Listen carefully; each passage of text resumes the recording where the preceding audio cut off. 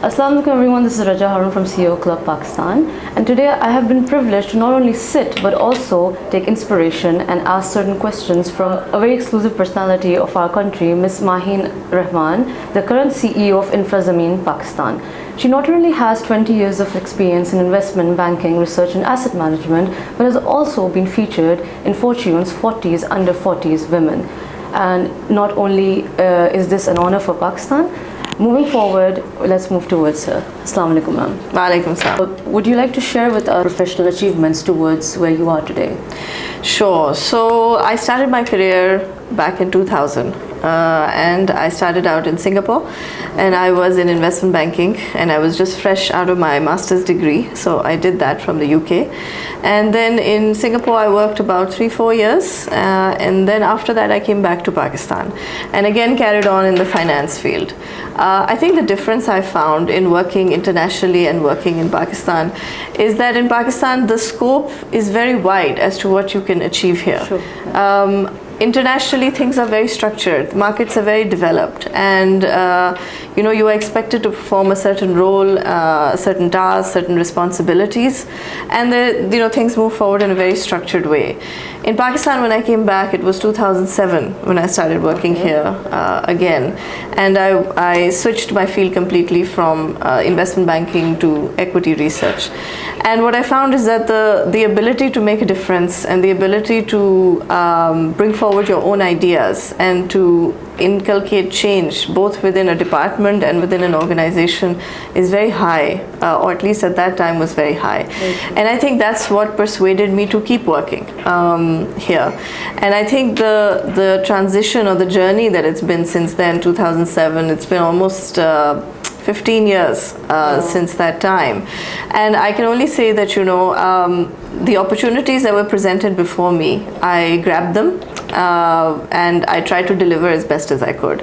So over the course of several years, I became a CEO. I first managed IGI Funds, which was an asset management company. That was taken over by Alphala Investments in 2013. And then finally in 2020, I decided to part ways with the asset management industry and try something different, which is where the story of Infra Zamin begins. So I've been here about a year now, and it is again, I have switched back into the investment banking mode, and so far I'm enjoying it. So quite a versatile journey from you. Absolutely, yes. As you mentioned that you have currently been appointed as CEO in Infra Zamin, so would you like to tell us something about Infra Zamin Pakistan? Sure. So Infra Zamin is a very unique concept, and the infra element comes from infrastructure. Okay. And we are here as a institution that supports the financing of infrastructure through financial services and through promoting funding of infrastructure projects. So that's the infra element. How do we do that? That's where the Zamin comes in. Okay. Right? So Zamin means what? Means assurity, guarantee. So what we are doing is we are guaranteeing infrastructure projects. And the way we do that is when you go to a bank to say, I have this road I want to build, or have this water project I want to set up, sometimes the bank may not understand the project or may not be willing to finance the project, either because they are not comfortable with the collateral, not comfortable with who's coming to them. And so then you as a project owner can come to us and say, can you guarantee part of my project, and then I can take your guarantee to the bank, and then they can lend to me. So maybe then my project will actually be up and running. So we are here as to give guarantees to the the infrastructure sector, because as you know, in Pakistan, infrastructure is a big gap. Exactly. Is a big gap. Important. So however we can push or promote, I think we should be exploring these ideas. And the concept of guarantees against infrastructure exists internationally. This is the first time it's being implemented in Pakistan, so it is certainly a very exciting journey to be on. Very interesting. A company that has highlighted so much with just the name of it seems to be very promising in the coming years. Inshallah. And where do you think that where this organization will be 5 years down the line? Well, inshallah, what we're trying to do is create an ecosystem, not just about project finance or about infrastructure, but also about development impact, okay. Right? So we are actually funded by two organizations. One is Karandas Pakistan, okay. And the other one is the Private Infrastructure Development Group, which is based out of London. Both these organizations have infrastructure and financial inclusion and access to finance as their core mandates, right? So the same applies to us. And so what we want to do is improve the access to finance for those people looking to set up private sector infrastructure projects. And we hope to do so by using the local markets, right? So using the banking market and using the capital markets. And ultimately we also do this in sort of the embodiment of achieving our sustainable development goals. So we are what you can effectively call an impact investor, right? Okay. And the point of that impact is, the starting point for us is always what is the impact that this project is going to deliver. And so then we measure that in certain metrics, and we make sure that our investee companies, even if they are not at the perfect level of SDG compliance or ESG compliance, we work with them over the life of the project to help them get there. So we are trying to encapsulate not just infrastructure financing, but also development of Pakistan's sustainable development goals as well. And what are the key challenges and opportunities in your sector? So there is no other company in Pakistan that's actually doing this, right, on a local basis. So for us, we have to create the market. So we are creating the entire ecosystem around which infrastructure finance can happen under this type of umbrella, with the hope that, in 5 years or 7 years, this is a recognized way of financing. And that certainly will help catalyze a lot more funding towards this gap which exists in Pakistan today. Okay. That's amazing, ma'am. So as we know that a leader takes the decisions and sets the core precedents of the company, yet there is something that has to be team, and it's all by the leadership skills of the CEO. So what do you think are the core competencies of being a leader and leadership skills to inspire the coming generation who would want to come to this CEO level? I think you start by leading by example, right? So what would you like to see develop in your organization? Push those examples forward yourself, right? If you are pushing work ethic, hard work, increased productivity, a hands-on approach, problem solving, creative and analytical thinking, then start yourself, right? Start, because as you rightly pointed out, the culture flows from the top. So if you are embodying the same values that you want the organization to develop, then one, you will attract those kind of people to you. So then your team that you hire are those that believe in that vision and believe in that thought process, right? So you need to attract the right kind of people to you first. So understand what values you want to embody. Then bring in the right people who also believe in those, and then begin to make that part of the culture.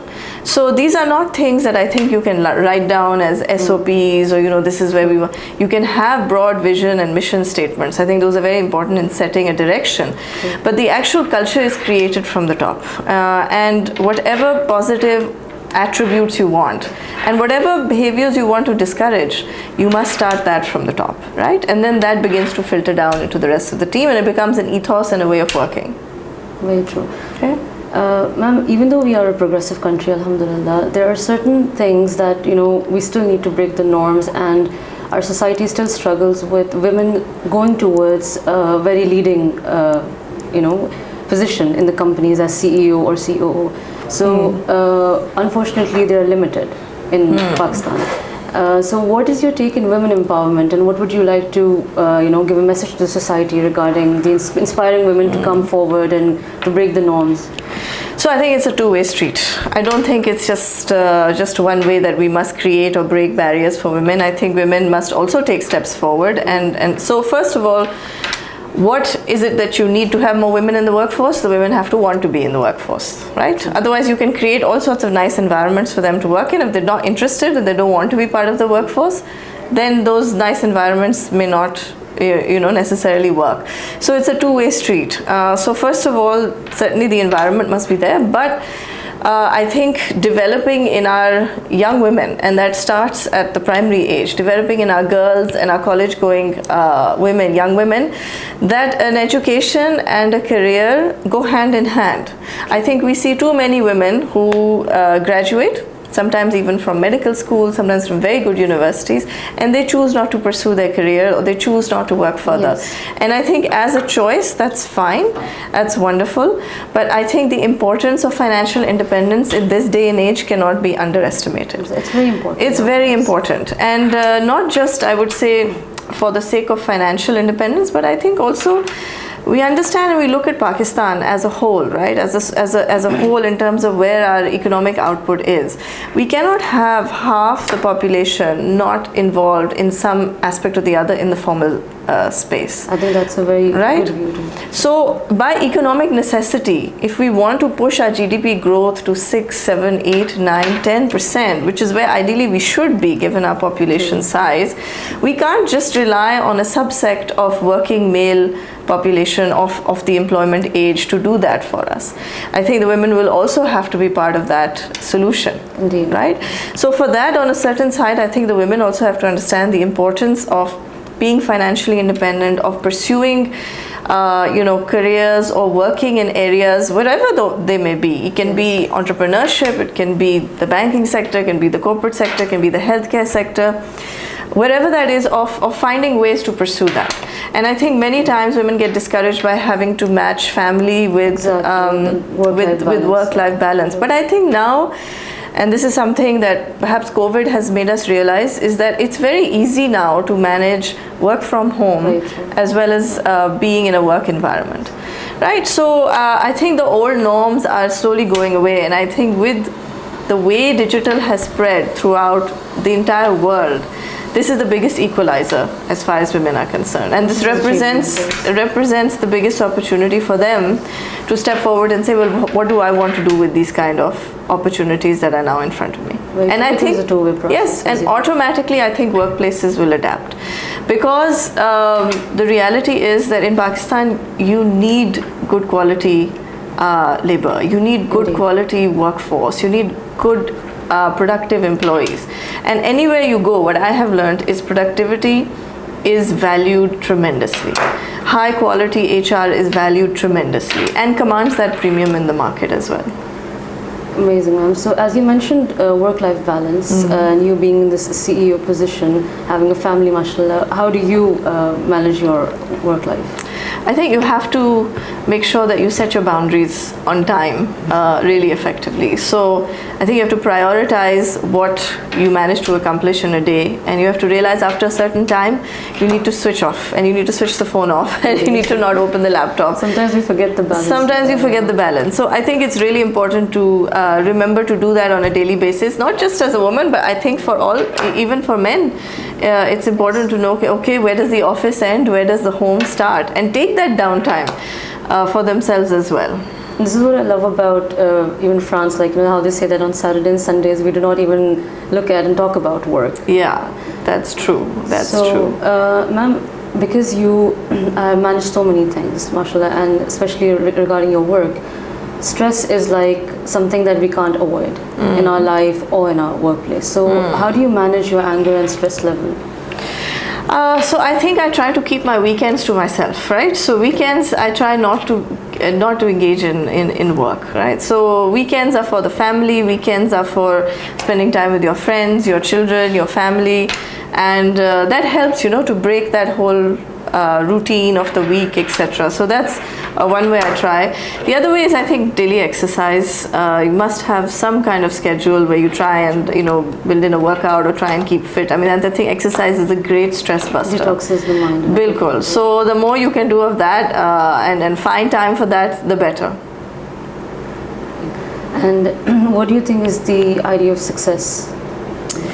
So success, इसके बारे में सोचने दें. The idea of success, I think it's a very personal concept, right? Some people consider money being, having a lot of money and you know, building a huge empire is the epitome of success. For me, I think it's a little different. I think if you're doing something that you love and something that you enjoy, and you become recognized for that, then it doesn't feel like work. And I think for me that's a success. If you can find something that is your passion, that is your dream, and you follow that, and you achieve whatever goals you set out for yourself in it, and perhaps even more, then for me that is success. And then I think over time, your own definition of success changes. You know, initially when you leave school, maybe you think, oh, if I do X, Y, Z, I'll consider it the best. But when you get to that stage, you realize, you know what, I could probably push it a bit more. I think this is what keeps us going. You That's know, what keeps you going, yes. You mentioned to be recognized for your, you know, your achievements. So you were recognized and featured for the Fortune's 40s Under 40s Women to Watch list. How was the feeling of that, and how? I think it was just such a shock and surprise because I had no idea. Wonderful surprise. I had no idea that it was going to happen. But you know, when you see it up there in print and in black and white, it's a great feeling. It's like, you know, a recognition of all the hard work that you put in. And you do, trust me, being a CEO is about 80% hard work and only about 10% of the glamour that you think it is. Very true. Right? So the recognition that someone had and an institution of the name of Fortune had taken that step and that effort to understand my journey, I think that was a great feeling. So felt very proud. I don't think that just is a good feeling for you. It carries as the pride of our country as well. Well, thank you. So, thank you. And ma'am, what do you think is the idea of happiness? Happiness, so I think closely tied with success, right? So what I said before is that if you are in that part of your life where you can happily say that, you know, I am doing what I love, and at the same time I'm able to live a full life, I'm able to be part of my family, your parents, your children, your friends, and at the same time also able to do the kind of work that helps make that difference, which is what you want. For me, that's a good and happy place to be, right? And I think for me, the idea of happiness comes from, have you done something in the day-to-day that is worthwhile? A daily check of that. You know, so that's like a daily check. Did I do something today that makes the day count? And I think if you go to bed with a tick on that box, then I think you know, that's a good life. Very true. So usually, like when we are growing up, we idealize, you know, people, especially when it comes to success. We get like self-made people. Like for me, I'm very inspired by self-made people, and then that's what leads to entrepreneurship. You know, to be somewhere. Do you have an inspirational role model that you believe that you've followed and, you know, helped you in your journey? I think there have been many. There have been many. Some that I've known personally, and some that have been, you know, the international, you know, kind. So I think they changed also through life as well. I think initially in my very early days on investment banking, I was very, you know, enthralled by the whole Wall Street type of culture, and I think that's something I aspire to. But I think as you get older, and as you certainly look at a country like Pakistan, where there's so many social issues and there's so many needs, I think the idea of trying to make that impact and difference on the ground is what then began to inspire me. So people who built profit with philanthropy, people like Syed Babar Ali of this world, people like you know, Habib Saab from Habib University, Ali Habib. I think they built their companies, but they also gave back to their communities in such a big way and left legacies which I think Pakistan will cherish for the next 10 generations, right? So that is what I think inspires me today as a form of leadership, and I find that, you know, not just inspiring, but also something that leads towards sustainability and true development. And I believe you stand today somewhere where you could be an inspiration to people. Well, thank you. The attempt is there. So we spoke about so many good things like happiness and success and achievements. Behind that takes many tough decisions. So do you think you have taken certain tough decisions, and what is the key learning from those decisions, if you could mention? Yeah, I mean, I would say, you know, as a CEO, you always know what's going wrong in your organization. The challenge is how to fix that in time. And many times you find situations or problems that tend to linger. And I think the biggest challenge is how do you know, when you see something happening, how can you nip it in the bud so that it stops being a problem going forward? True. And I think that's where key decision making comes in as a leader, and also a lot of tact, diplomacy, and management of a situation. So these are not usually crisis situations, etc. It can be something small that requires a course correction, but you know, if you don't do it now and you let it fester, it's going to lead to a bigger problem. So I think the toughest part has been the right time, you know, to make those decisions. And I've always realized that kind of the sooner you do it rather than you let it go on in the hope that it will correct itself, that has certainly helped me in making sure that things stay on track. I think that's a wonderful message, because we tend to linger things that, you know, magnifies the problem. Do you read books, ma'am? Yes, I do. I do. Any favorite books that, you know, for... So I'm very much a non-fiction reader. I think I get, a fiction reader. I think I get enough non-fiction in my real life. So I like fiction. Eli Shafak. I like her a lot. And, you know, occasionally, sometimes books that relate to how certain countries have developed and how the leaders have managed those countries. So, you know, it's country progression and country development is a key area of interest for me. I mean, I think there's so many stories that we can learn from, Singapore being one, Korea being another. You know, just the way China has, in the last 2 decades, come to be one of the fastest growing economies and one of the biggest superhouses in the world. I mean, I think those are lessons for us to learn from, for sure. In the end, I would like you to give an optimism message to the youth and, you know, motivate them that even though we have a lot of, talent in our nation, we yet need to have a driven force and motivation for that. So. Okay, so my message for the youth would be, look, Pakistan is exactly what you will make it. And whatever you choose to do in life, remember that all of that eventually in some small way reflects on nation building. So decide for yourselves what kind of Pakistan you want, and then those values that you wish to bring, try and inculcate them in yourself and take them forward through life, because ultimately you are the future and Pakistan is just a population mass, and whatever values you bring are what Pakistan will be in the future. Thank you so much, ma'am, for your time and for enlightening us with your beautiful journey. Thank you so much. Have a much. nice day. Thank you.